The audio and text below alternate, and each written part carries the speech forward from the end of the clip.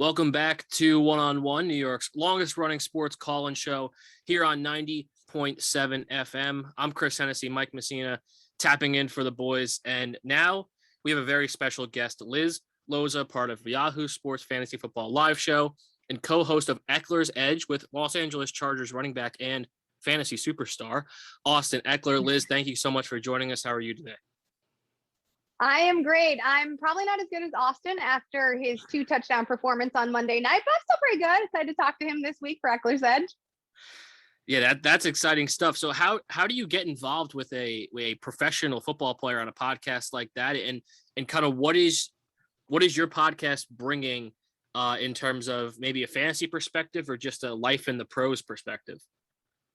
Yeah, so it's actually a video show and it airs every Thursday. You can watch it on Yahoo Sports or on the Yahoo Fantasy app. And it's groundbreaking. Like, it's an adventure that no one in the sports media landscape has been on, because we've never had an active player, let alone a fantasy superstar, talk fantasy. This isn't some retired guy making picks to like grow his brand and stay relevant. This is an active player playing on Monday night. We're going to record today, Tuesday, and spoiler alert, he's grabbing Justin Herbert to join us on the show as our special guest. So Austin is not afraid to talk fantasy. He's of the younger generation. I know that maybe some older players feel like fantasy, they didn't grow up with it. They have some feelings about it, but Austin has embraced it. He understands that like people are rooting for him. He wants to stay connected. And so he reached out. Yahoo Fantasy is an award-winning platform. We're the best in the business, so why not pair us?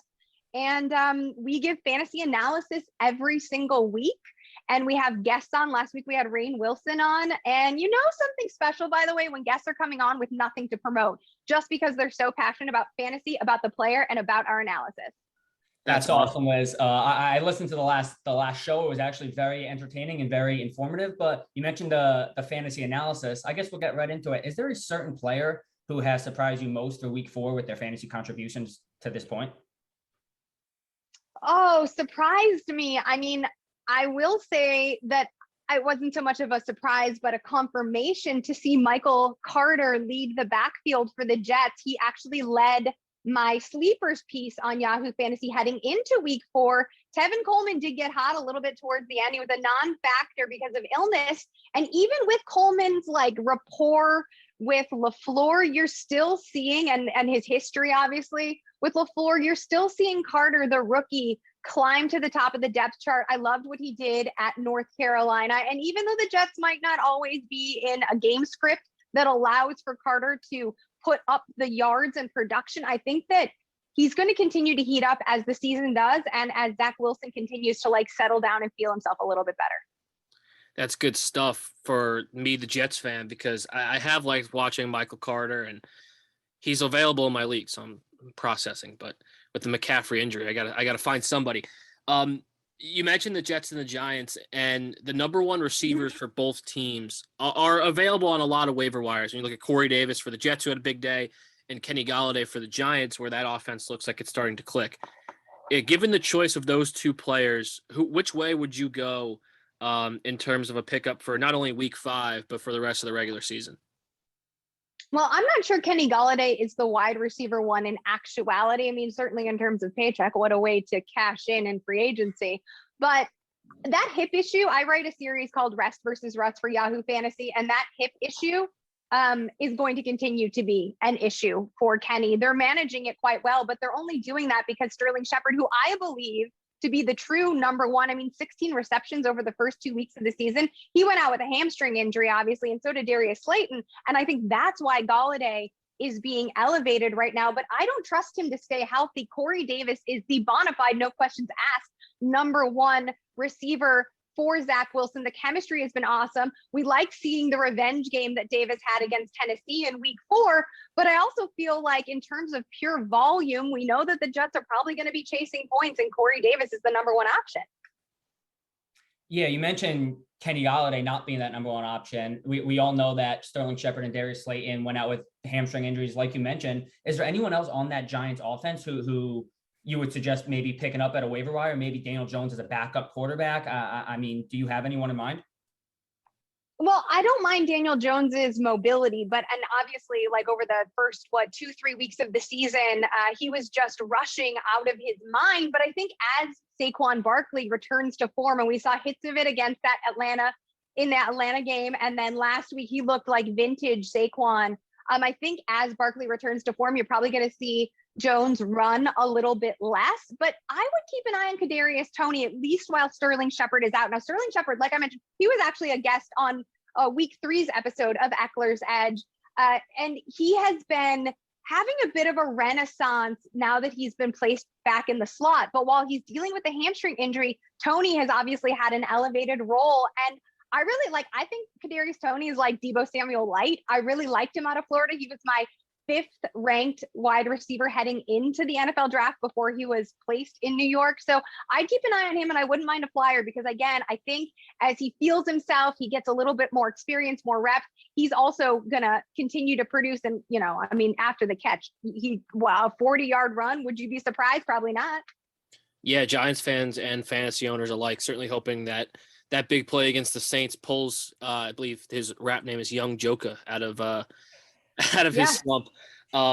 So last year we had the rookie of the year battle that unfortunately ended in injury between Justin Herbert and Joe Burrow. That was incredible for NFL fans and fantasy owners alike. The rookie quarterbacks this year have not gotten off to the start that Burrow and Herbert did. Who's a rookie quarterback that you're looking, maybe not even fantasy wise, just regular wise, to take that step forward? Because fantasy wise, it has not been a good run for Lawrence, Wilson, Lance, any of those first round guys. So which of those quarterbacks are you looking to maybe pick up and hope that they pull up as the fantasy playoffs come down the stretch here? I mean, let me just say that I'm a Bears fan, born and raised in Chicago. So seeing Justin Fields struggle because Matt Nagy can't bother to game plan for his electric skill set because Andy Dalton is the guy we should continue to game plan for. Anyway, I could go on about that. Justin Fields is not being allowed the opportunity to ascend in Chicago. The O-line's obviously not helping him at all. But I think for fantasy purposes, especially, like, you can't negate mobility. The amount of rushing upside and points produced because of rushing upside leads me towards Trey Lance. I mean, I don't think he was expecting to come in week 4. Garoppolo obviously dealing with a lower leg injury. And so I don't think the offense that was installed by Shanahan in week 4 is going to be what we see moving forward. Nobody is drafted 3rd overall and doesn't end up having an offense tailored to the talents of that player, unless you're the Bears. It's not number 3 overall, but still first round overall pick, first round pick rather. But I think that Trey Lance is where it's going to be. We know what Shanahan does. We know that Shanahan traded up to get him. I believe that Shanahan is in love with his system enough to build something to make this like his grand opus, to make Trey Lance it. And so I think that over the season, that's the player that's going to ascend and has the highest ceiling and floor. Liz, you mentioned Matt Nagy prepping for Justin Fields and an Andy Dalton offense. I'm pretty sure last week he was also prepping for a Nick Foles offense, possibly. So that offense seems like it's all over the place. But when you're looking at fantasy lineups and your own fantasy team, what are some things and some certain stats you look at when trying to either draft your own team or formulate your lineup for that week? I know that tight end is really tricky for a lot of people because they want to just chase touchdowns. And sometimes, like in the case of Dawson Knox, right? Like, okay, you can chase those touchdowns because they're attached to one of the highest volume passing offenses and a pretty good quarterback in Josh Allen. But I like to look at routes run, not just snaps logged, but routes run, which is why I'm not willing to give up on Kyle Pitts, even though his target share has been massive. The production has been nil, but he's running over 30 routes a game. He's being used as a wide receiver. So I have to imagine eventually things are going to click for not just Matt Ryan and Kyle Pitts, but also Arthur Smith. Who's been the most surprising player at quarterback for you this season? Oh, Sam Darnold. No questions asked. I mean, people wanted to hate on him. And I mean, maybe this is a sore subject for you guys, but as a Bears fan, I also had my share of Adam Gase. So I get it. Darnold has been quieting the haters. He has, even without Christian McCaffrey in the lineup, connecting with DJ Moore, who is taking that next leap to an alpha level receiver, holding his own. I really like, I mean, I also think the Panthers under Matt Rule are one of the best coach teams in the entire league. So I really love what Sam Darnold has done. I also, by the way, like what Taylor Heineke has done. I mean, you want to talk about a rushing upside. His legs have been incredible. And he is not just like giving that job back to Ryan Fitzpatrick. He's in fact been a top 12 fantasy quarterback for 3 straight weeks. And he gets Curtis Samuel back like the last week. I mean, even with Logan Thomas banged up, Curtis Samuel is a great waiver wire pickup now. Yeah, I'm going to ask you the same question regarding running backs. Who's the most surprising running back so far this season for you? Surprising at the running back position. Well, it was a little surprising to not see James Robinson being leaned on early, but I think he has righted that. Now that Carlos Hyde is kind of being faded. Nice try, Urban Meyer, getting your Ohio State guy in the mix, but he's being faded. So I like to see the rebound for James Robinson. And I guess sticking with Atlanta, even though Cordarrelle Patterson is being used in many gadgety ways, he does have dual eligibility as a running back or a wide receiver on Yahoo Fantasy. So I think, you know, he counts as a surprise at running back because of the eligibility. I did not see 3 touchdowns coming out of him in week 4.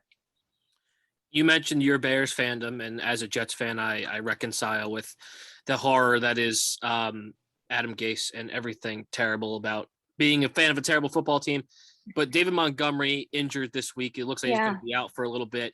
Who's a Bears player that you're looking to pick up? Is it Darnell Mooney maybe that that can really take a step up in the absence of Montgomery?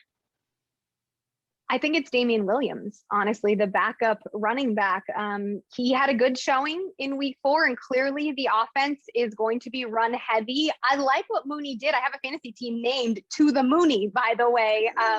I really thought, I actually had Mooney, like I thought he could do something in week 3 because we're seeing him lead targets. He's getting great cushion. I think he's got a cushion of like 8 yards or something incredible, like a top 15 cushion. And we know he has that speed, but I just don't know if Justin Fields is going to be afforded the play calls. And frankly, the offensive line can give him enough time to set his feet and find Mooney deep so that Mooney can do what he does best. I mean, it's great to see some PPR love because of his volume, but I think in terms of stability, Williams is going to be the highest floor option in Chicago, which pains me because Allen Robinson should be like an absolute beast in this offense. Who are a few sleepers going into week 5 that you think will put up some decent numbers either week 5 or in weeks ahead? You know, I don't know if he's a sleeper anymore, but talking about Darnell Mooney being peppered reminds me of Jalen Waddle, who obviously has 4.3 speed, and you would imagine is, particularly with Will Fuller continually banged up, take the top off the defense, kind of spread the offense option, and yet he's being used as a sure-handed slot receiver, like averaging, I don't know, 9.5 yards per reception or something. He looks like Jarvis Landry. He doesn't look like this deep speed option, but I don't care. Production is production, and he's thriving in the slot regardless of who is under center. So I think if you're looking for a flex option in PPR friendly formats, Waddle is someone who is being overlooked, I think, because he's not putting up the splash plays we necessarily expected. The Broncos have been a really interesting team so far. They were an unexpected 3-0, and they come out with a tough game against the Ravens. Are they a team on the offensive side that you're fading a little bit, or you still have faith in the Tim Patricks and the Teddy Bridgewaters of the fantasy world? Well, they're banged up, that's for sure. And obviously the Teddy Bridgewater situation, we'll see when he can get himself back to the field, because Drew Lock, I love Drew Lock too. Like, I love the YOLO style ball that we saw Drew Lock. Like, Cortland Sutton didn't even pop in the stat sheet until Drew Lock was under center last week. But then, you know, obviously he throws a pick in the end zone and that doesn't work out well. In terms of Denver, I like Tim Patrick. I think that he is perennially underrated. We saw him step up in the absence of Cortland Sutton last year. He's doing just that now with Jerry Jeudy not available. And I love his red zone potential. I also think, though, that Javonte Williams could be at that tipping point where he's about to overtake Melvin Gordon. Melvin Gordon, obviously the vet. Heading into week 4 was a pretty even timeshare between the two backs. Melvin Gordon, in fact, was like getting lucky on longer runs and plays, but he's been injured and banged up. And you see Williams with the younger, fresher legs breaking all of the tackles as we expected and saw in North Carolina. And I think that he might be on the rise here, particularly with, you know what Vic Fangio wants to do, you know, that he's a defensive minded coach and he wants to lean on the defense, which has been great, which always, you know, helps the running back salt away the game.